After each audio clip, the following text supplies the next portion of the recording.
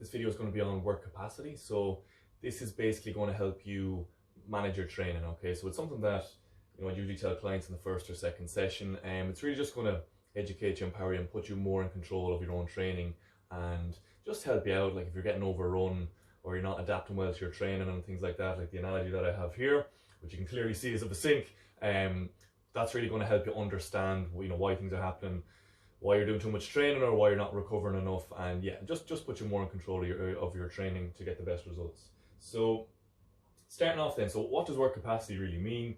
It's basically the amount of training that you can perform, recover, and adapt positively to. So positively is underlined here because what's the point of training if we're not adapting positively to it? Let's say if my goal is getting bigger biceps and I'm going into the gym 3 times a week doing bicep curls, they're not getting any bigger, I'm not getting any stronger. Like, what's the point of that training? It's pointless. So that's why, in that example, if you were going in killing yourself every day and you weren't getting stronger because you're overtraining, that training is pretty pointless. So that's why it's the amount of training you can perform, recover from, and adapt positively to, because that's the goal of training, making those small gains, getting towards whatever goals it is that we have.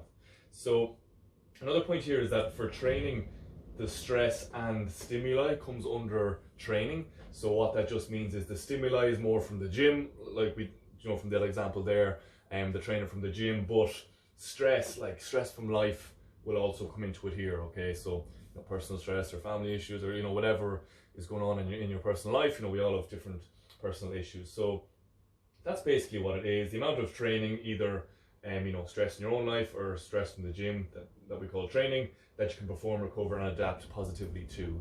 And like just to show you an example of here, how the stress can come into it. Like let's say if you had 2 Olympic athletes doing the exact same training program, training 5 or 6 days a week. One of them had a great personal life, no issues at the moment. The other one was in the middle of a divorce. Not sure if they're going to get to see their kids anymore and all that type of stuff. If you knew nothing about the body, who would you guess there is going to adapt better to their training? It's going to be the one who doesn't have the personal issues. So the analogy that we're going to go through to make this stick with you is the analogy of a sink. My drawing is terrible, my writing is pretty bad as well, but hopefully anyway, just you need to get the sink analogy is the main thing from this video. If you get that one thing, it's going to benefit you. So yeah, the main analogy here is going to be around the sink. So the water coming down into the sink is our stress. So this is the training or the stress from life, and then the size of the plug hole is going to be your work capacity, or basically your ability to recover and to adapt to that training, which we talked about. So that's pretty much what it is. Water coming down, it can be in dribs and drabs, not that much stress, or it can be a lot of stress, either from your training or for your life. And then the plug hole can obviously be small, you don't have a great work capacity, you can't adapt to much training, or else it can be a really big plug hole, which means you can adapt to training really well. So you'll fit into one of these. I've pretty much been in all 3 of them, I think, at this stage, and this analogy has really helped me understand my own training over the years, so hopefully it's going to do the same for you. So let's start up at the top. This is someone who doesn't really train, and they've no real stress or anything either. So for them, they've low stress, which is why there's only little drops of water coming down, so there's low stress. And they have a low work capacity. The plug hole is fairly small, so they can't deal with much training, but that's fine. They have sufficient recovery because they're not doing much training, or they don't have much stress in their life. So they're fine. Look, they don't really do much training, they don't have much stress, so they're going to be fine. The sink is not going to overflow, as you probably guessed. If the sink starts to overflow, this is when we have those problems of overtraining, being run down, getting sick.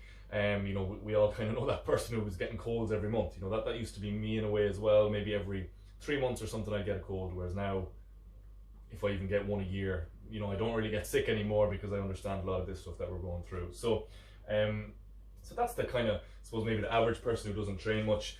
This one here now, this is going to be most people after COVID. Well, not most people, but a lot of people going back to the gym, because they would have been this person maybe up here. They haven't trained much in the last 4 months, so their work capacity is low. You can improve this slowly by training more. But now they've gone from not having, they still have a low work capacity. This plug hole is still fairly small. They can't deal with too much stress. But now high stress. They're going back to their 3 sessions a week in the gym, going hard. Maybe even thinking, I need to go extra hard now because I had 4 months off, for example. Now the water is piling in. They don't have the ability to let it out quickly like we do down here. So the water is going to overflow, as you can see here. And then that's going to lead to, injury, overtraining, getting run down, getting sick, and all that type of stuff. So, hearing that, you'll probably think of, yeah, that's either me now, or yeah, I definitely did that in the past, as have I. You know, we all have. If we don't, as I'm saying, educate yourself, you know, give yourself more kind of empowerment to look after your own body and your own training. So yeah, don't be that person now after, you know, what the gyms were open last week, was it? But yeah, you know, don't be this person. It's only going to put you one step forward and 2 or 3 steps backwards. So in this case, you just do it slowly. You know, you don't just jump from not doing training in the gym to 3 times in the gym. Like, for an example, for me, I've still been training, but I want to go back to jiu-jitsu. So, you know, I train whatever, kind of 4, maybe 5 times a week gym wise, and I want to go back to 3 or 4 sessions of jiu-jitsu. I'm not going to go my first week back and do 4 sessions of jiu-jitsu. Like, that's, again, because I know this, that's me going to be putting in way too much water to deal with. I'll probably go back and do 1 or 2 sessions of jiu-jitsu for a week or 2 or 3, see how I'm feeling, then start adding a third, see how I'm feeling, then add in a fourth. You know, you don't just jump to the end. and don't be confused. You know, we go in and do a lot too soon, then we think your body's not able for it. Your body, you know, we're the most adaptable species on the planet. We can adapt to pretty much anything in time if you do it slowly. You know, there's, as I said, the Makan tribe, you know, off the coast of Thailand, they've adapted to be able to see underwater to the level that dolphins can. Ross Edgley has, you know, brought up his work capacity to be able to swim around Great Britain, the first man to ever do it. Did they do it overnight? Did they jump from getting off the couch to doing those things? No, you know, it takes time. So yeah, don't be that person who just adds in so much stress and ends up, you know, overflowing the bathtub. So, you know, if you are someone who's really into training, you know, same as me, I'm trying to be the person down here now, which I am over time. So with this one here, you still have the high stress. So there's still loads and loads of water coming in. You're training really hard. You know, maybe you're competing in different things. It could be an athlete. Yeah, an athlete, for example, down here. There's loads and loads of water coming in. But the difference between these two is the plug hole is much bigger. So you have actual high work capacity. You're able to, like we said up here, recover and adapt positively to the training. So you're able to train a lot. And these are the people that you see, if, you know, kind of like me now, but I would have thought I wouldn't be able to do that before, where I can train, you know, 4 or 5, even sometimes 6, 7 times a week, and I'm still adapting positively, getting small gains and getting, you know, getting better, getting closer towards my goals. So this is where you have the high work capacity, you can deal with the high stress, so the water can keep pumping in, but it's never going to overflow because it's going out, you know, just as fast. So I should have wrote down as well, a great kind of mantra that I remembered was, you can only train as hard as you can recover. And that's basically what we're going through here. So you can only train as hard as you recover. If you're training much harder than your ability to recover, it's going to catch up with you over time, and it's going to put you back. So that's the main thing here. If you are that person who's maybe here, you know, maybe you're thinking, yeah, this is me here, and you want to go down here, this is going to be in your control now, because we'll go through things that you can change. So for example, if you are this person here who, you know, you're getting sick or getting, you know, overtrained, getting injured, there's 2 ways you can go about this here. Like I said, the water's coming in, the water's going out. So we can alter or change those 2 variables. So we can put less water in. Let's say here, you could start putting less water in and it will stop it overflowing. So for example, that would mean less training. You know, you do less training, or try to sort out, you know, the personal issues in life as well and take that stress away. So even if the plug hole didn't get any bigger, if you just put less water in, it's going to stop it overflowing. On the other hand, you know, you want to keep all the training, but now you're just going to work on the plug hole and make that bigger. So, you know, that would be things like we have down here, and, you know, sleep, nutrition, managing stress, and all those type of things. That's what can help to improve the capacity and the amount of training that you can handle. And then obviously another point which I don't have written down is just, you know, slowly building up the training, going from once a week, you know, twice a week, 3 times, and slowly building up, and then you'll be able to handle it rather than just pouring all the water in very quickly.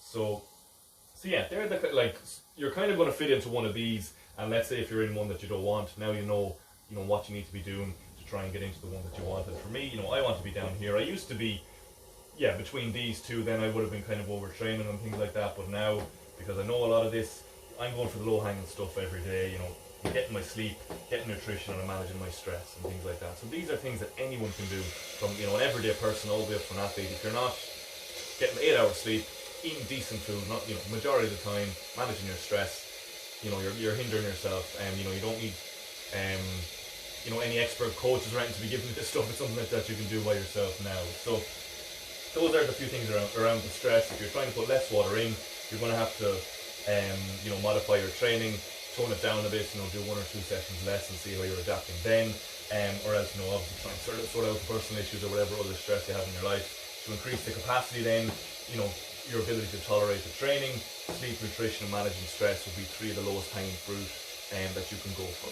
And then just to increase the capacity over time, just slowly build on the training. Like I said, for me now, go back to jiu-jitsu, rather than jump back into 4 sessions, I'm going to go for 1 or 2 for a week or 2, see how I'm feeling, and then up it again.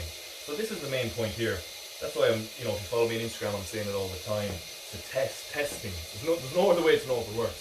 I don't care where you've read it, like you test it and you see how it is, and then you iterate. So that just means making decisions based on your test. So you test, you make decisions based on that, you test again, you make decisions based on that, and you keep going.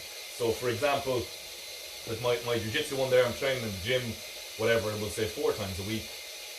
I'm going to see how my work capacity is. I haven't done jiu-jitsu in 4 months, so, you know, it'd be a bit foolish to think I could just jump back into 4 sessions a week. So I'm going to do 1 or 2 sessions. Then after that week, see how I'm feeling, you know, am I still making gains in my training, that kind of stuff. Do I feel run down at all? If I'm not, great. The water's coming out, you know, it's not overflowing, I'm good. So now I'll go for 3 sessions jiu-jitsu maybe the next week. And then just test it again, and I'll see how I'm feeling. If the 3 sessions are going okay, then I'll start going back up to, you know, maybe the 4 sessions, or even just stick with 3. So that's it again. It's, you know, I'm testing everything and iterating on it. And even before, like when I started learning about this stuff, I wanted to see how many days could I train really, really hard and still adapt positively to it. Because, you know, there's no point reading in the book you can only train hard 3 times a week or whatever. You know, there's one way to find out, to test it. So I've been training for about a year, kind of hard strength training. So, and I was doing that 3 times a week, so Monday, Wednesday, Friday. So I did an experiment. I was home for a week here in my home gym, and I trained 6 days. So I trained hard every single day. You know, this is only a test. I don't do this. You know, I train smarter than that. But I trained hard every single day. You know, squats one day, upper body next day, and like after about an hour and a half session, I was drained after every session. Going in, getting a good recovery though, because I wanted to see how far I could take it. And I got to 6 days in a row. So after the 6th day, I remember getting up to the 7th day, could kind of feel that sickness coming on, and those type of feelings really run down, all that type of stuff. And then I was like, right, okay, interesting enough. If I really want to push it, I can train really, really hard for 6 days in a row. That's where my work capacity is. And that's the only way you know. How else would I have known that? There's no other way to know it but to test it. So, and then I obviously went back to, you know, my 3 times a week or whatever. But it was just I wanted to know these things and test these things for myself. So yeah, that's the main thing for today about the work capacity. Again, it's going to help you manage your training volume, not overtrain, you know, not get sick and things like that, and just understand that you can improve the work capacity. We haven't really gone into that now in terms of training, but the low-hanging fruit, sleep, nutrition, managing stress, and those things will help you to be able to positively adapt more to your training. So yeah, that's it. Hopefully that helps. And yeah, you know, if you're getting value from this or my stuff on YouTube or Instagram, you know, please support me a bit. You know, either like it or subscribe it. Subscribing is probably the best thing. You know, if you're like I've done before, watching loads of people's stuff on YouTube and not subscribing to them, and I'm kind of like, damn, you know, I was getting a good bit of value from their stuff. You know, I should be supporting and helping them grow. So that's all I'm asking from you. Yeah, if you are getting value from the stuff, subscribe is probably the best thing. And then yeah, just from growing the channel there, I'll get more information out to people for free as well. That's the goal. You know, I want this information to help people like it's helped me, and just getting more subscribers and things like that is going to help the word get out. So yeah, hopefully this helps, and yeah, we'll talk in the next video. And if you want to comment or even just message me on Instagram if there is, you know, a video that you want me to do a topic on, just let me know, and I'll put that one out as well.